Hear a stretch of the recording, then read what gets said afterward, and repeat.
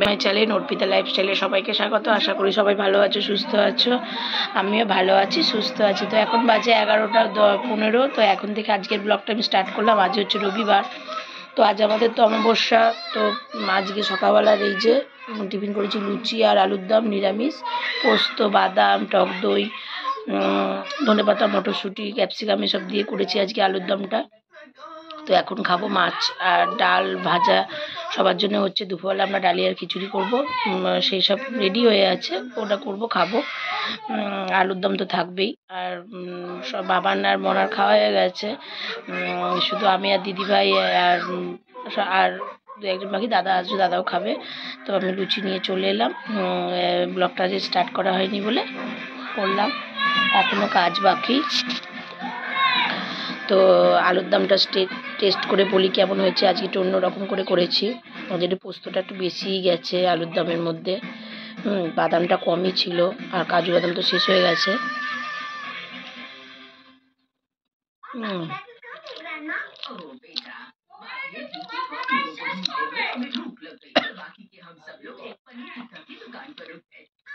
ঠিকই আছে। তো যারা নতুন, আমি জানি অনেক রকম অনেকেই রান্না করতে জানো, যারা নতুন তারা এই আইটেমটা এইরকমভাবে আলুর দম করে দেখতে পারো। আশা করি ভালো লাগবে। তো চলো একটু থাকো। উঠে রেডি হয়ে গেছি, রেডি হয়ে এখন যাচ্ছি পঞ্চমতলা, যে শীতলা পুজোর মিটিং আছে, ফোনে এসছে সেই কারণে। তো দেখো বেরিয়ে গেছি আমি যাচ্ছি। এসে আবার প্রোডাক্ট দিতে যাব, আবার ফুচকা খেতে যাব, মানে এত কিছু প্ল্যান আছে। তো আগে মিটিংটা অ্যাটেন্ড করে আসি। সবাই পঞ্চমতলায় বসে আছে, ফোনে এসেছিলো। আমি যে ঠিক আছে আমি যাচ্ছি। আসলে আমি এখানে বসে বসে একটু গল্প করছিলাম, আমার মনার মোবাইলটা একটু প্রবলেম করছিল, তো সেটার দিকেই এত দেখতে গিয়ে সমস্যাটা হয়ে গেছে। তো দেখো পঞ্চমতলাটা কি সুন্দর লাইটিং দিয়ে সাজিয়ে, ওটা দেখাতে পারিনি। এ দেখো কত সুন্দর লাইটিং করে সাজিয়েছে পঞ্চমতলা।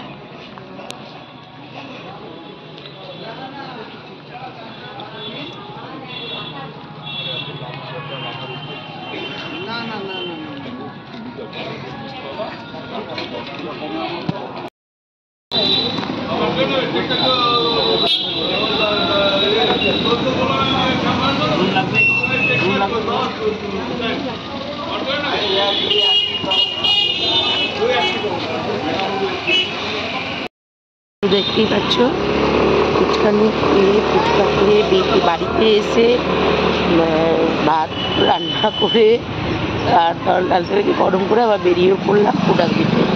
এই যে হাতে প্রোডাক্ট যাচ্ছি এখন মানিকডাঙ্গায় প্রোডাক্ট দিতে।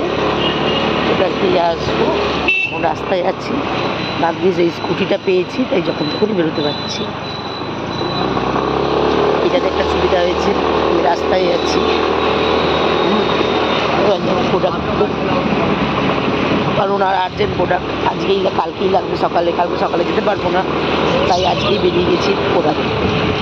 এই যে রাধে সে চুলো বাঁধে, সব কিছুই হচ্ছে আমার দ্বারা।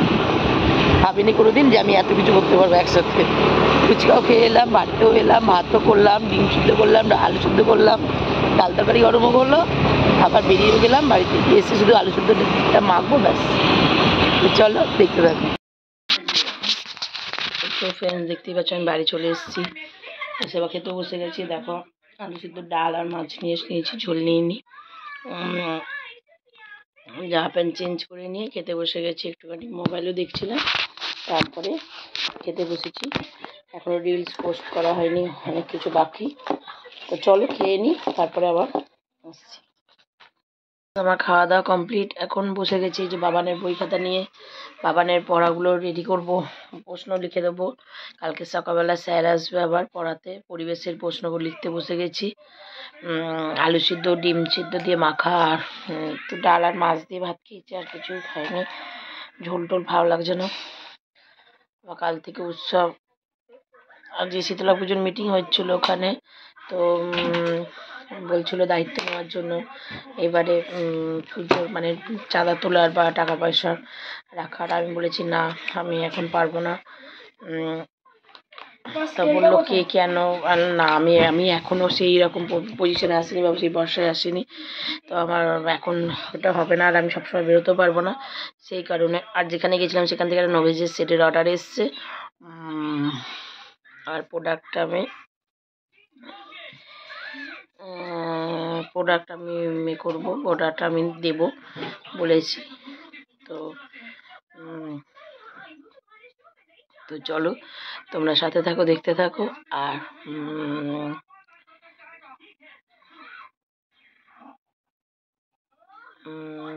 এই যে আমার এখন লেখানি, তো আজকে ব্লগটা বেশিক্ষণ কন্টিনিউ করলাম না, আজকের মতন এইটুকুনি। কালকে আবার নতুন ব্লগ নিয়ে আসি। সবাই ভালো থেকো, সুস্থ থেকো, বাড়ির সবাই বড়োদের আমার প্রণাম জানিও, ছোটোকে আমার ভালোবাসা জানিয়ে আজকের ব্লগটা এখানেই শেষ করলাম। সবাই সুস্থভাবে ভালোভাবে থেকো, আর কাল থেকে শিব ঠাকুরের উৎসবের ব্লগ আসছে, সেটাও দেখতে থেকো।